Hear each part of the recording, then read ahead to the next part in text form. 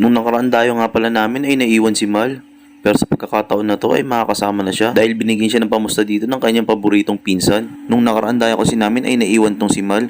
Halos mangyak-ngyak to nung hindi nakasama. Pero ngayon iba na yung kanyang ngiti. Kaya agad-agad kinuha ni Kenneth ang aming mahiwagang kolong-kolong. Kaso problema na naman.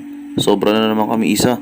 May iwan na naman sa aming grupo. Kaya sabi ko dito kay Mal ay sumakay na. Kasi mamaya baka maiwan na naman siya. Loy, basa ka na. Sakay na. Sakay na. Sakay na nga. Sakay na. Sumakay na. Ay ba sumakay? Iwan ka pa dyan. Hindi mo na yan doon.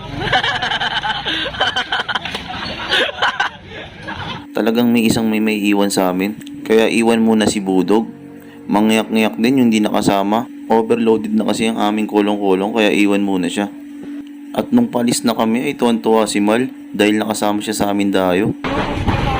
Loy, tuwan-tuwa ha? Loy.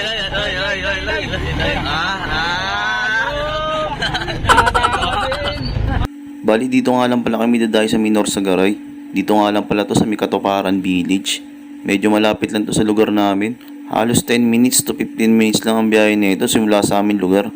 At ito nga pala ang kanilang cover court. Napakaganda ng kanilang cover court dito. Napakalawak. Bali dito, dalawang grupo nga palang aming naabutan. Kaya nag-usap muna yung dalawang grupo kung sino muna sa kanilang dalawang unang lalaban sa amin. Ang inabot nga lang pala ng pusta namin dito ay 1.5 lang. Papawis gaming lang. Kasi sabi ko sa kausap namin ay mababaan lang pusta. Dahil wala rin naman kami mga perang pantodo. At dito nagsimula na nga pala ang aming laro. Bali sobra pa pala ang pusta namin. Inabot lang pusta ng kalaban ay 1.4 lang.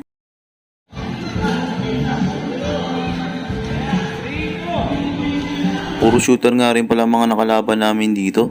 Bukod sa shooter na, napakaluwag pa ng aming depensa. Talagang papawis gaming lang.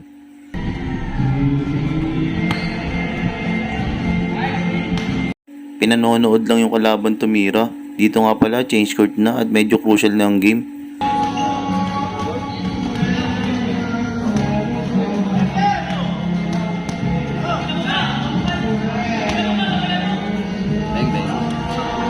Mabuti na lang pumasok yung tira ni Renren. Ang score nga pala dyan ay 19-18 na. Lamang pa kami ng isa.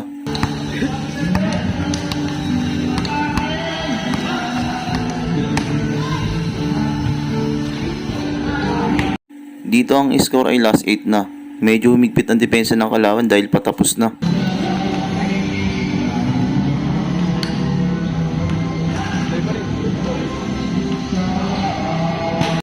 Ang score ay last warning. Bola namin. Kapag to na shoot ay game ball na.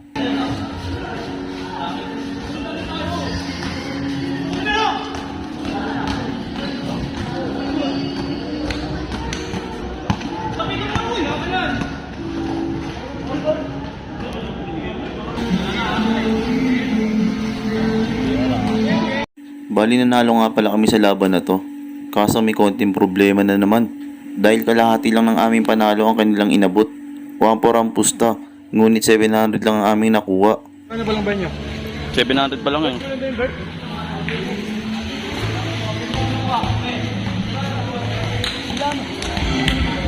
Bang ulang dyan? May ulong.